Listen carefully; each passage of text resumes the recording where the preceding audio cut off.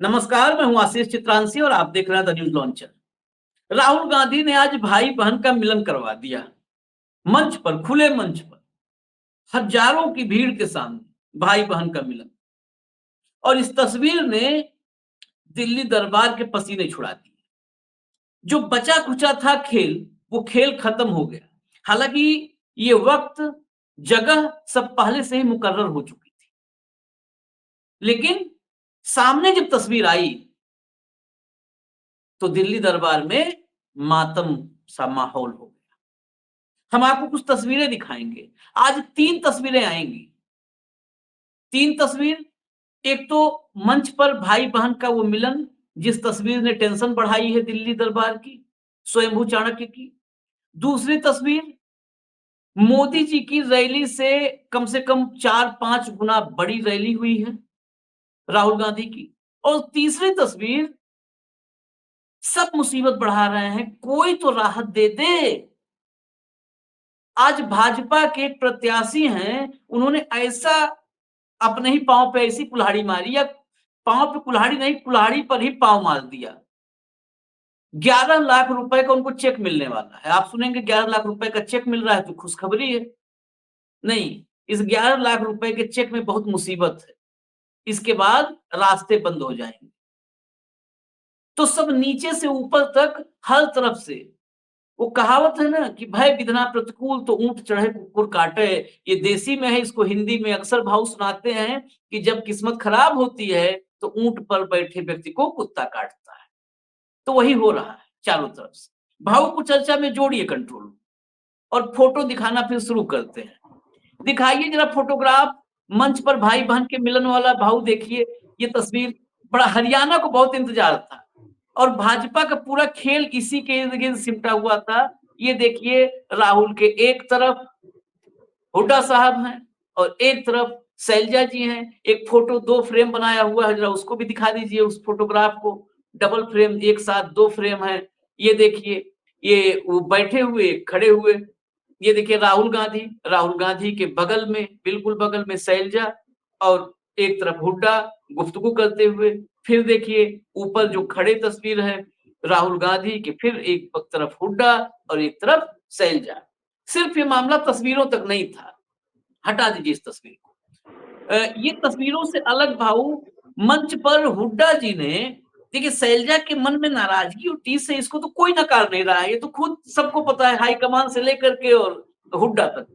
लेकिन हुड्डा ने मंच से शैलजा को वरिष्ठ नेता और बहन कह के आज फिर संबोधित किया। ये भाई बहन वाला रिश्ता बड़ा अजीब है। इसमें कई बार खटास भी होती है, मिठास रही है पहले। सियासत है, सियासत में तो चलता है। लेकिन आज फिर बहन के को लेकर के वो संबोधित किए, बहन बोल करके संबोधित किए, वरिष्ठ नेता ही बताया। शैलजा ने हालांकि अपने भाषण में राहुल गांधी पर ही भाषण फोकस रखा। हुड्डा जी को वरिष्ठ नेता कहा और राहुल पर फोकस रखा भाषण को लेकर के पूरा, कि राहुल की लोकप्रियता, राहुल की संवेदनशीलता, इसी पर कुल मिला के फोकस था। और राहुल ने बोला तो फिर हरियाणा के उस दर्द को छुआ। मैं गया था हरियाणा के उस इलाके में, जिस इलाके में ये डंकी डंकी की स्टोरी विदेशी मीडिया कवर करवा रही है, लगातार करवा रही है। और जो रिपोर्टर डंकी की रिपोर्टिंग के लिए विदेशी मीडिया की पहली पसंद है, उस रिपोर्टर ने पूरा दिन मेरे साथ गुजारा था और बहुत सारी कहानी बताई थी। वो डंकी, आज फिर राहुल गांधी ने उसकी चर्चा भाव छेड़ी। ये डंकी की कहानी बड़ी दर्दनाक है। खेत बेच करके, 1 एकड़ जमीन में आधा एकड़ बेच करके बच्चे को विदेश भेजते हैं और गारंटी नहीं होती है कि सही सलामत जाएगा। 10% जान जाती है। वो जो वहाँ पर आंकड़े मैं समझ के आया। 90 100 में से 10 तो जिंदा ही नहीं रहते। 90 जाते हैं तो उनका भविष्य नहीं पता होता है। ये डंकी, उस डंकी को फिर आज टच किया, और डंकी को टच जैसे ही करते हैं राहुल, बीजेपी बिलबिला जाती है। यहाँ तक कि उस मामले में मैं अभी तथ्यात्मक रूप से पड़ताल नहीं कर पाया, इसलिए नाम नहीं लूंगा, नहीं तो एक प्रत्याशी पर डंकी किंग होने का आरोप है भाजपा के। ये आरोप है, कोर्ट में मामला गया है। मैं तथ्यात्मक रूप से कि अभी क्या स्टेटस है कोर्ट में, ये नहीं है अभी जुटा पाया हूं, नहीं तो उस पर कोर्ट में मुकदमे हैं। ये पूरा जो डंकी रूट वाला कारोबार का किंग, तो ऐसे में आज हम आते हैं उस विषय पर, भाई बहन के मिलन पर। ये भाई बहन का मिलन क्या पूरी तरह से हरियाणा में कम से कम पूरी तरह से शाह एंड कंपनी चाणक्य का खेल पूरी तरह से खत्म कर देगा? भाजपा को अपनी पार्टी से ज्यादा कांग्रेस में क्या हो रहा है इसकी ज्यादा चिंता होती है। हाँ, हाँ, जब प्रियंका गांधी को टिकट नहीं मिला अमेठी से, मतलब अमेठी से कोई और लड़ा, रायबरेली से राहुल गांधी लड़े, तो भाजपा को बहुत दर्द हुआ। वो प्रियंका के पॉलिटिकल करियर खत्म करने के लिए राहुल पे आरोप लगा रहे थे। मतलब मुझे कई बार तो बड़ी मजा आती है मुझे। तो कुल मिलाकर यहाँ शैलजा के साथ एक हादसा हुआ। देखिए, शैलजा और हुड्डा जी, इनके व्यक्तिगत संबंध, ये पीढ़ियों के संबंध है। शैलजा के पिता और हुड्डा परिवार के भी अच्छे संबंध थे। हुड्डा जी की बेटी की शादी शैलजा के कोठी से हुई थी, संबंध इतने अच्छे थे। हुड्डा जी सिगरेट पीने की आदत थी, शैलजा ने छुड़वा दी हाथ से पॉकेट फेंक के। ये अधिकार था शैलजा जी का। गलतियां दोनों तरफ से भी है, शैलजा की तरफ से भी है, क्योंकि हुड्डा के खिलाफ जो कैंप था, उन लोगों ने शैलजा को टूल बनाया और हुड्डा जी ने अपनी बहन को साथ रखने के बजाय विनोद शर्मा को साथ रखना पसंद किया। और विनोद शर्मा ने हुड्डा जी के तमाम निजी संबंधों को खत्म कर दिया और आज वो अब्जोपति बनके, अरबपति बनके वो आज बीजेपी के साथ। हुड्डा जी इस बात को रियलाइज करते हैं, ऐसी बात नहीं। इसलिए जब दो छिछोरे लोगों ने कुछ कमेंट किए शैलजा पे, तब हुड्डा जी ने कहा कि ये कोई पार्टी में जगह नहीं भाई उनकी। मेरी बहन है वो, और मेरी बहन के खिलाफ कोई भी बोलेगा उसको पार्टी में जगह नहीं। लेकिन जिन्होंने वक्तव्य किया, जिन्होंने कमेंट किए थे, वो कांग्रेस के मेंबर भी नहीं है, वही भीड़ का हिस्सा है। उनसे बुलवाया गया था, मजे लेने के लिए उन्होंने बोला था, ये तो वही जाने। कुल मिला के इस बात से नाराज होकर शैलजा बैठी हुई थी। और ये रिपोर्ट तो शैलजा के पास भी है, ये रिपोर्ट हुड्डा जी के पास भी है, ये रिपोर्ट सुरजेवाला के पास है, ये रिपोर्ट राहुल गांधी के पास है, ये रिपोर्ट नरेंद्र मोदी जी और अमित शाह के पास भी है कि भाजपा की हार बहुत बुरी तरह से होने वाली। इसलिए अब वो, जैसा कि मैंने हमेशा कहता हूं, बीजेपी को हमेशा मैं एक बात के लिए सैल्यूट करता हूं, आखिरी दम तक वो हटते नहीं, आखिरी दम तक लड़ाई लड़ते हैं। और ये लड़ाई अभी चुनाव के नतीजों पे फिक्स ये नहीं होगी। यदि चुनाव कांग्रेस 50 सीटों पे जीत जाती है तो ये लड़ाई और ज्यादा कठिन हो जाएगी, क्योंकि कांग्रेस एक ऐसी पार्टी है जहां विधायक बहुत जल्दी खरीदे जाते हैं। फिर वहां से 10 विधायक खरीद के इधर उधर कूद जाए तो आश्चर्य नहीं होगा। यदि कांग्रेस को 65 पार करना होगा एक स्टेबल गवर्नमेंट देने के लिए। दूसरी बात, शैलजा के 8-10 लोगों को टिकट मिला, फिर सुरजेवाला के तो 1-2 ही लोगों को मिले। तो अब ये लोग अपने अपने लोगों के लिए काम करेंगे। बड़ी रिस्पॉन्सिबिलिटी हुड्डा जी के पास है, जिनके 70-75 लोगों को टिकट दिए गए, तो उनको तो बड़ा गेम खेलना होगा। और जो बार बार कल प्रधानमंत्री जी ने भी दलितों के बारे में टिप्पणी की थी कि दलितों के, कभी कांग्रेस दलितों की साथ नहीं रही, कांग्रेस दलितों का ये नहीं रहा, वो नहीं रहा। लेकिन अब नरेंद्र मोदी जी को इतिहास कौन समझाए? पढ़े लिखे आदमी को तो आप समझा सकते, कुपढ़ों को नहीं समझा सकते, अनपढ़ को भी समझा सकते। उनको कौन बताए कि बाबा साहेब आम्बेडकर के विचार नेहरू से नहीं मिलते हुए भी बाबा साहेब आम्बेडकर को उन्होंने कैबिनेट में लिया था और बाकायदा उनको लॉ मंत्री बनाया था। देश की श्यामा प्रसाद को ले लिया था कैबिनेट में उन्होंने, तो श्यामा प्रसाद को ले लिया था। अब ये इनको नहीं, वो इतिहास ही पता नहीं। 2014 के बाद तो इन्हें देश को आजादी देखी, उसके पहले का तो इतिहास इनके लिए इतिहास ही नहीं। तो दलितों के लिए किसने क्या किया और क्या नहीं किया, ये तो उत्तर प्रदेश में दलितों पे होने वाला उत्पीड़न मध्य प्रदेश में दलित के मुंह पे सूसू कर लेते हैं लोग। दलित लड़की पानी पी नहीं सकती, गुजरात में दलित आदमी गॉगल नहीं पहन सकता। ये डबल इंजन सरकार के दलितों के साथ किए हुए वादे। तो दलित हर राज्य में पीड़ित है। मैं ये नहीं मानता हूं कि बीजेपी शासित ही है, कांग्रेस शासित राज्यों में भी दलितों पे अन्याय होता है, क्योंकि समाज में, इसीलिए जब सर्वोच्च न्यायालय ने क्रीम लेयर की बात की तो कई लोग इसलिए हो गए कि आप दलित पैसा कमा सकता है, क्या सामाजिक समरसता उसके पास है, क्या समाज में वो ब्राह्मण के बराबर थाली में बैठ के खाना खा सकता है। ये जब तक नहीं होगा तब तक रिजर्वेशन चलता रहेगा। ये राहुल गांधी ने भी कहा, जिसको ये बराबर दलित विरोधी कहते हैं। मतलब दलितों को सामाजिक उत्थान के लिए रिजर्वेशन देना, ये दलित विरोधी है नरेंद्र मोदी जी के हिसाब से। उनके हिसाब से दलितों का काम कौन सा है?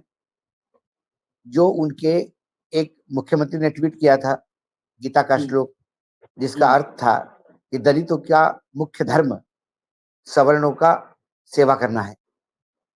मेरी बाद में 3 दिन बाद उन्होंने कहा कि ट्रांसलेट गलत हुआ, जब लोगों ने आवाज उठाई। ये तो मनुस्मृति के पूजक है, जहां दलित चरणों से पैदा होते हैं। तो अब ये शैलजा को लेके, क्योंकि देखिए दलित वोट पिछली बार भी कांग्रेस के साथ आया, दलित और जाट हो जाता है साथ, तो करीब करीब 40, 44, 45% हो जाता है। अब इन्होंने कुल मिला के एक प्रयास ये किया कि चौटाला के एक धड़े के साथ चंद्रशेखर को लगाया, चौटाला के दूसरे धड़े के साथ उन्होंने मायावती जी को लगाया, ताकि दलित वोट स्प्लिट हो। लेकिन दलित वोट ऐसे स्प्लिट नहीं होते। उत्तर प्रदेश में ही मायावती का वोट छिटक गया, लोकसभा में कोई खास मदद नहीं कर पाया। चंद्रशेखर अपनी एक सीट निकाल पाए, बाकी जगह चंद्रशेखर कुछ नहीं कर पाए। तो एक ये लॉजिस्टिक कागज पे होते हैं, यथार्थ के धरातल पे उतरते नहीं। आज जाट हो, गुज्जर हो, मीना हो, दलित हो, ब्राह्मण हो, ठाकुर हो, सभी जाति धर्मों के जो मतदाता हैं, वो मतदाता बाय एंड लार्ज इस सरकार को उखाड़ के फेंकना चाहते हैं। इसलिए मैं बार बार बोलता हूं कि यदि जनमानस ने मन बना लिया तो कोई जुगाड़ काम नहीं होता। अब प्रधानमंत्री कल ही करके गए कि ये दलित, मतलब शैलजा को लेके उन्होंने कटाक्ष किया। उसके पहले शैलजा के लिए 200 की बड़ी बड़ी रैलियां करने वाले खट्टर साहब, पूर्व मुख्यमंत्री, अभूतपूर्व रैलियां चल रही उनकी, 200 लोग, 300 लोगों की रैली कर रहे हैं वो हरियाणा में। उन्होंने नाम लेके कहा। अब आज सभी स्टेज पे थे, बहन भी थी, भाई भी था, राहुल जी भी थे, कांग्रेस पार्टी थी, और कहीं मनमुटाव नहीं दिखा। तो आज सही जवाब बीजेपी को दिया। कहाँ है शैलजा? एक कंपैरिजन अभी मेरे पास जानकारी आई है कि जो बरवाला दूसरी रैली जो हुई है राहुल की, उस रैली में करीब 30,000 से ज्यादा लोग उस रैली में थे। पहली असंध वाली की तो अभी एग्जैक्ट गिनती मैं मंगवाई रहा हूं। एक कंपैरिजन करते हैं दलित वाली बात पर, क्योंकि अब शैलजा और भाई बहन हुड्डा एक साथ नजर आ गए। उस मंच पर 2 दलित, उदयभान शैलजा। उदयभान प्रदेश अध्यक्ष, शैलजा वरिष्ठ नेता है। मतलब हरियाणा में इसमें तो कोई दो राय नहीं है कि सबसे मजबूत दलित नेता हैं, जिनको लोग उम्मीद से देखते हैं और सम्मान से देखते हैं। बहुत सारे, मैं पत्रकारों से भी बात किया तो कहते कि सबसे बेहतर पार्लियामेंटेरियन अगर कहा जाए तो उसमें से शैलजा एक है। तो शैलजा भी, उदयभान भी। अब भाजपा जो दलितों की चिंता जता रही है, वहां पे कौन? बडोली ब्राह्मण प्रदेश अध्यक्ष, और चिंता दलित की जता रहे हैं। दलित अशोक तंवर डंपिंग यार्ड में पड़े हैं। डंपिंग यार्ड में बताओ, डंपिंग यार्ड में पड़े हैं। एक अभी चर्चा जब आप बता रहे थे तो मैं नाम कुछ कैलकुलेट कर रहा था। प्रधानमंत्री के इर्द गिर्द देखिए, प्रधानमंत्री, गृह मंत्री, रक्षा मंत्री, विदेश मंत्री, ऊर्जा मंत्री, सड़क एवं परिवहन मंत्री, जितने अहम विभाग के सब गिना दिए, एक भी दलित है क्या भाऊ? राजनाथ सिंह, निर्मला सीतारमण, अमित शाह, नरेंद्र मोदी, खट्टर जो ऊर्जा मंत्री हैं, अडानी वाला विभाग है खट्टर के पास। मनोहर लाल खट्टर। आसपास जितने अहम मंत्रालय, जयशंकर विदेश मंत्री, एक भी दलित नहीं। निर्मला सीतारमन, निर्मला सीतारमन, एक भी दलित नहीं है, लेकिन चिंता दलितों की बहुत है। ये इसलिए बता रहे हैं कि अगर हमारे जो भी दर्शक हैं, हर वर्ग के दर्शक हैं, जब सुनिए कभी ना, तो अपने मन में सवाल कर लीजिए, क्योंकि मोदी जी से सवाल हम आप कर नहीं सकते, हम भी नहीं कर सकते, जिसका काम ही है सवाल करना। सवाल ही करेंगे तो रोटी पाएंगे। तुम्हें सवाल करने के लिए पहले फिल्म इंडस्ट्री में जाना होगा, एक अच्छा एक्टर बनना होगा अक्षय कुमार जैसा, फिर वहां से सवाल पूछने आना होगा। जो विश्व की समस्या होगी कि आप चूस के खाते हैं कि काट के खाते हैं। तो जब ये ऐसे हालात हैं कि कहीं आसपास दलित नहीं है, मैं इस सवाल के बाद आपको एक बड़ा एक चेक दिखाऊंगा। उस चेक के पीछे बहुत राज है। मैंने कहा था ना, फोटो से टेंशन बढ़ा रहा है, ये फोटो आ जा रही है, कहीं दलित नहीं है। ये दलित चिंतन का, दलित चिंता का जो ढकोसला है, ये ढकोसला क्या हरियाणा में बेनकाब आपको नहीं लगता है? क्योंकि मैं तो फील्ड में देख रहा हूँ, आपके पास बहुत सारे ऊपर से चर्चाएं और बातचीत होती है। क्या ये दलित वाला नैरेटिव क्या बीजेपी का चलने की कुछ उम्मीद है या नहीं खत्म? नहीं नहीं, अरे बीजेपी का कोई नैरेटिव नहीं चल रहा है, क्योंकि बीजेपी ही नहीं चाहिए। नैरेटिव और नो नैरेटिव, नैरेटिव का तो तब सवाल आता है कि जब आप चाहिए हो, तो फिर किस नैरेटिव के साथ? यहां तो आप चाहिए ही नहीं। आपने पिछले 10 साल में जो प्रताड़ित किया है, हर सवाल के जवाब में लट चलाए हैं, चुनाव के दौरान भी लोगों के साथ बदतमीजियां की है, धक्के मार के निकाला है बाहर। ऐसे में नैरेटिव की तो बात ही मत करो। ना उन्हें प्रधानमंत्री चाहिए, ना गृह मंत्री चाहिए, उन्हें बीजेपी नहीं चाहिए, उन्हें अब दूसरी सरकार चाहिए, कोई भी हो। और बाय डिफॉल्ट इसमें कांग्रेस की लॉटरी लग रही है। लेकिन कांग्रेस को इस बार फिर संतुलित, और मुझे लगता है कि इस बार होगा संतुलित मंत्रिमंडल भी। क्यों? क्योंकि जब उस हुड्डा जी के उस समय की बात करते हैं आप, तब कांग्रेस में भी फ्री फॉर ऑल था। कांग्रेस में किसी का पैर किसी के जूते में, ऐसी हालत थी। अब कांग्रेस स्टेबल हो गई है। उन्होंने हरियाणा में ही दलित अध्यक्ष नहीं दिया, अपना राष्ट्रीय अध्यक्ष भी दलित है। राष्ट्रीय अध्यक्ष, और एक बेचारा दलित बीजेपी का अध्यक्ष था, बांगारू लक्ष्मण, उसे बेइज्जत करके इन्होंने निकाला, चार्जेस लगने पे भ्रष्टाचार की, उससे इस्तीफा कर दिया। और अभी कितने लोग हैं जिनके ऊपर चार्जेस है और वो मंत्रिमंडल में बैठे हैं।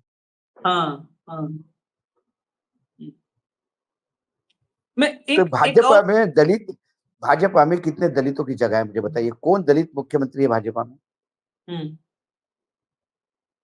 इतने राज्यों में कोई है? कोई नहीं, कोई नहीं। मुख्यमंत्री का पद फिर आपको बहुसंख्यक यादव चाहिए, शर्मा चाहिए, आदिवासी चाहिए, फिर ठाकुर चाहिए, मराठा चाहिए, पटेल चाहिए, आदि दलित नहीं चाहिए। एक दलित को राष्ट्रपति बनाया, क्या गाया उसका, अरे बाप रे, दलितों को राष्ट्रपति बनाया, दलितों को राष्ट्रपति बनाया। लेकिन जब एक दलित राष्ट्रपति था, तब से ज्यादा दलितों का उत्पीड़न होता रहा देश में, और वो राष्ट्रपति मौन थे। ये दलितों का सबसे बड़ा अपमान हुआ, सबसे बड़ी चोट दलितों ने वहां खाई कि राष्ट्रपति पद तो हमको दे दिया, लेकिन इज्जत नहीं दे पाए। एक और फोटो है, वो फोटो दिखाएंगे, ये चेक का फोटो। पहले फोटो दिखाइए जरा कंट्रोल रूम, फिर इस चेक के बारे में बताते हैं ये हालत क्या है। ये देखिए, ये देवेंद्र सिंह बबली 11 लाख रुपए, 11 लाख का चेक है पंजाब नेशनल बैंक का। ये चेक अब हटा दीजिए, इसकी कहानी बड़ी गजब है भाव। इस चेक की इसलिए कहा कि फोटो पे फोटो और टेंशन पे टेंशन। देवेंद्र बबली जो है, ये भाजपा के प्रत्याशी हैं। देवेंद्र बबली गांव में तो एंट्री मिल नहीं रही है, किसानों ने इनका विरोध कर दिया।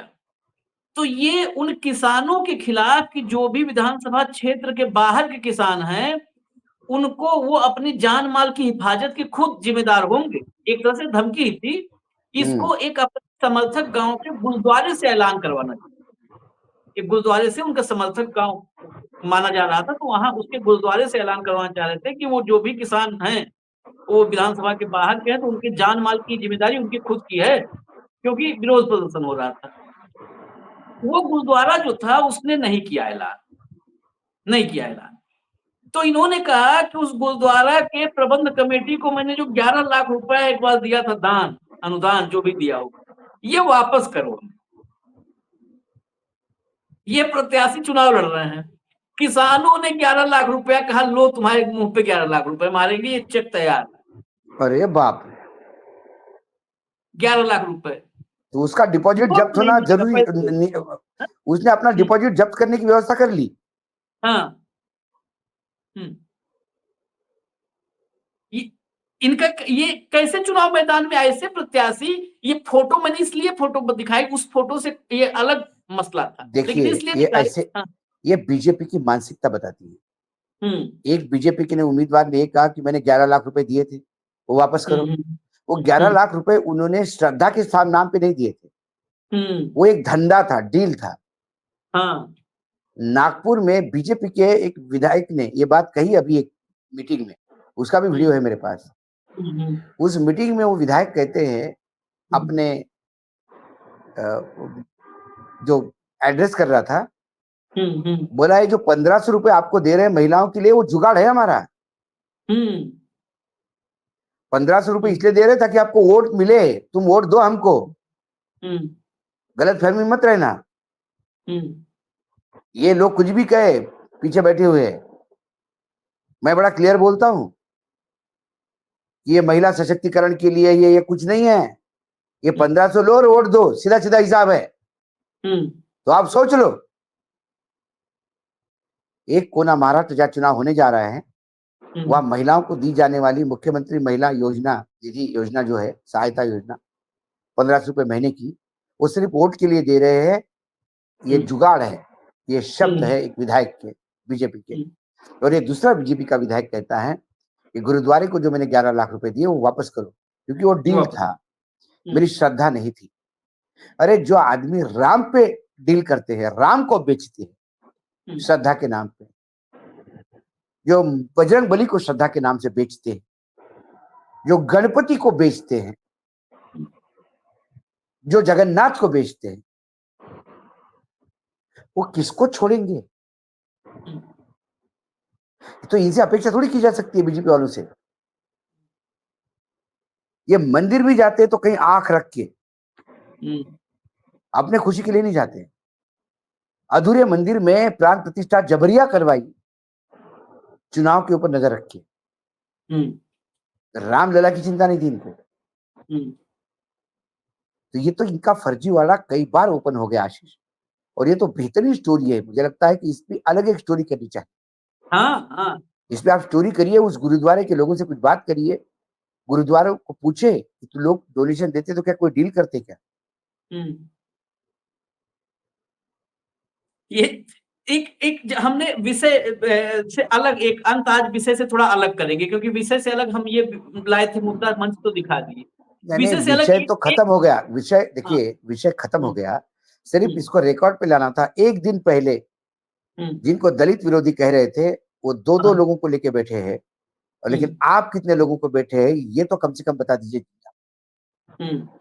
नहीं, मैं कहा एक विषयांतर, एक और विषय आपसे चर्चा करूंगा 2 मिनट के लिए। इसलिए चर्चा में ला रहा हूं कि हो सकता है कि हमारी इस चर्चा में और आपकी बात थोड़ा गंभीरता से लोग सुनते हैं कि क्या आज जो है हरियाणा में बहुत लोग कहते हैं कि अरे वो हरियाणा में टोन में, अरे यू वानखेड़े ना डरे किसी से, मैं हरियाणा में घूम रहा हूँ, अरे वो तो उन लोगों का आशीष जी बड़े बोल नहीं, उन लोगों का स्नेह है, प्यार है, प्रेम है, और उन लोगों का विश्वास है। हम जो बोलते हैं, जो करते हैं, ये सिर्फ उस विश्वसनीयता को बनाए रखने के लिए और सच्चाई परोसने के लिए। इसीलिए हम ये नहीं कह रहे कि कांग्रेस ने बहुत बड़ी तीर मारी है वहां पे। 10 साल तक जनता पीट रही थी वहां पे, तो कांग्रेस कोई आंदोलन नहीं कर रही थी। हाँ, लेकिन लोगों को लगता है कि इनसे ज्यादा ठीक कांग्रेस है। कांग्रेस कम से कम लट नहीं मारती, कांग्रेस कम से कम सुनवाई करती है, और कांग्रेस सत्ता में आएगी तो उनके लिए बड़ी जिम्मेदारी है अब हरियाणा में। बड़ी जिम्मेदारी, बड़ा काम जो कि विषय में लाना चाहता था इसको लोगों उड़ा के है बाप। अपेक्षाओं पे खड़ा उतरना। जो विषय में लाना चाह रहा था, जिस पर 2 मिनट आपकी टिप्पणी में चाहता हूँ, वो इसी पे था। और जो आपने कहा आज रोहतक में भूपेंद्र हुड्डा के ही गढ़ में, घर में माहौल कांग्रेस के पक्ष में दिखा, लेकिन एक बुजुर्ग ने कहा कि अंतर बता दूं, यू चोर है, वो महाचोर है, यू झूठे हैं, वो महाझूठा है, इसलिए उससे मुक्ति चाहिए। खैर, जो विषय था, एक आज मैं हरियाणा घूमते घूमते एक निष्कर्ष पर पहुंचा। 300 350 से ऊपर तो 4 मुख्य धड़ों के प्रत्याशी हैं, निर्दलीय हैं, 1000 कुल प्रत्याशी होंगे, ऊपर होंगे। एक प्रत्याशी को लेकर के पूरे हरियाणा में कहा जा रहा है कि ये सबसे ईमानदार प्रत्याशी है, और ये भी कहा जा रहा है कि अगर ये विधानसभा पहुंच गया तो है तो कांग्रेस खेमे से, लेकिन ये पहुंच गया तो बेलगाम हुड्डा जी को भी, या कोई जो मुख्यमंत्री होगा उसे बेलगाम नहीं होने देगा। ये ऐसा आदमी है जिसने अपने पिताजी के कारोबार को चौपट कर दिया, बाप के खिलाफ ही धरना कर दिया, बाप के, अपने पिता के कारोबार में, फैक्ट्री में मजदूरों के साथ धरना कर दिया अपने पिता के खिलाफ।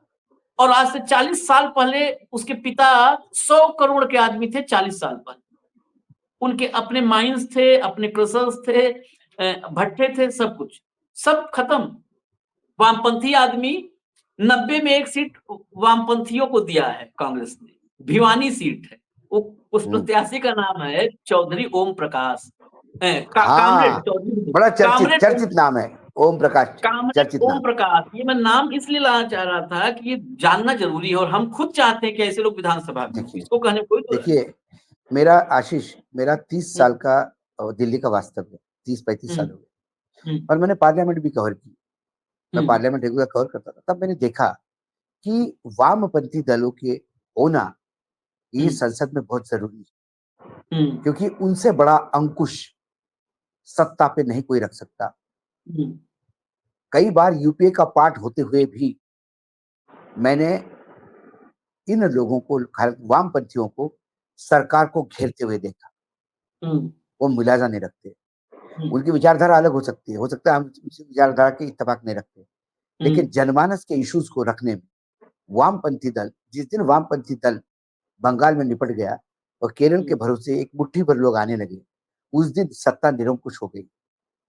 कांग्रेस पे अंकुश रखने का काम वामपंथियों ने किया था, और यदि हरियाणा की जनता ये कह रही है कि ओम प्रकाश जी ये अंकुश रखेंगे, तो मेरा इतना विश्वास है, क्योंकि मैंने देखा है लेफ्ट को अंकुश रखते हुए, मेरा इतना विश्वास है कि ये अकेला भी आदमी हो तो भी हुड्डा सरकार के लिए कुकर्म करने का रास्ते में टॉप ब्रेकर बन के खड़ा होगा।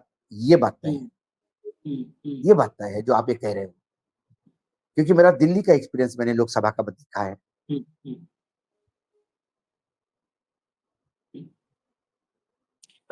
लेकिन एक जो मैं इस बात पर आपसे बोलवाना चाह रहा था कि आपकी तरफ से ये एक पत्रकार ने, जो आज जानकारी मिली, एक पत्रकार ने हुड्डा साहब से कहा कि हुड्डा साहब जरा कामरेड की थोड़ी मदद कर दो चुनाव में। हुड्डा साहब मुस्कुरा के निकल गए, क्योंकि कामरेड की मदद करने में खतरा बहुत है। कामरेड अगर आ गया विधानसभा में तो कामरेड नकेल डाल देगा। कामरेड आएगा, कामरेड आएगा, देखना। हाँ, कामरेड ने माहौल तो बना रखा है। मैं गया था उस इलाके में, तो किस्सा सुना, मैं इसी से खत्म कर दूंगा। किस्सा सुना मैंने, बात किया कुछ लोगों से, तो कहा पता है अभी चुनाव प्रचार में कामरेड निकले। कामरेड पहले साइकिल पे चलते थे, साइकिल पे।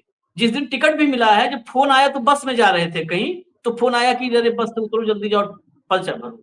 तो कामरेड साइकिल से चलते थे। बिटिया स्कूटी था, बेटी के पास स्कूटी थी उनके। जब बेटी की शादी हो गई तो स्कूटी यहाँ रह गई, तो साइकिल से उनका प्रमोशन स्कूटी पे हो गया है, स्कूटी से चलते हैं कामरेड। तो वहां गए तो पता चला कि प्रचार कर रहे थे, तो कोई मिल गया, रास्ते मिलते हैं कि शाम की व्यवस्था मिलेगी। शाम की व्यवस्था मतलब सीसी पाउच चुनाव का, तो ये चुनाव में संजीवनी है। कामरेड ने कहा भाई वोट देना चाहे नहीं देना, ये नहीं मिलेगा, खाना खिलाऊंगा, शाम को आ जाना, खाना खिलाऊंगा। और मतदाता से सीधा मना कर दिया कि नहीं, कोई पाउच वोच नहीं, वो व्यवस्था हमारे पास नहीं है, खाना खिला दूंगा। तो ऐसे भी लोग, ऐसे भी लोग, यही लोग है, कुछ टिमटिमत दिए है जुगनू जैसे, जो इस लोकतंत्र में आशा का द्वीप हमेशा प्रज्वलित बनाए रखते हैं। चलिए, आज के मिड डे मुद्दा में यही हम थोड़ा सा इसलिए लाए क्योंकि हरियाणा का विषय था और हरियाणा में कुछ जो हाइलाइट्स हैं वो आप तक आना चाहिए, और ये हाइलाइट्स हैं। इजाजत दीजिए, कल दोपहर हम फिर मिलेंगे मिड डे मुद्दा विद अशोक वानखेड़े में। नमस्कार।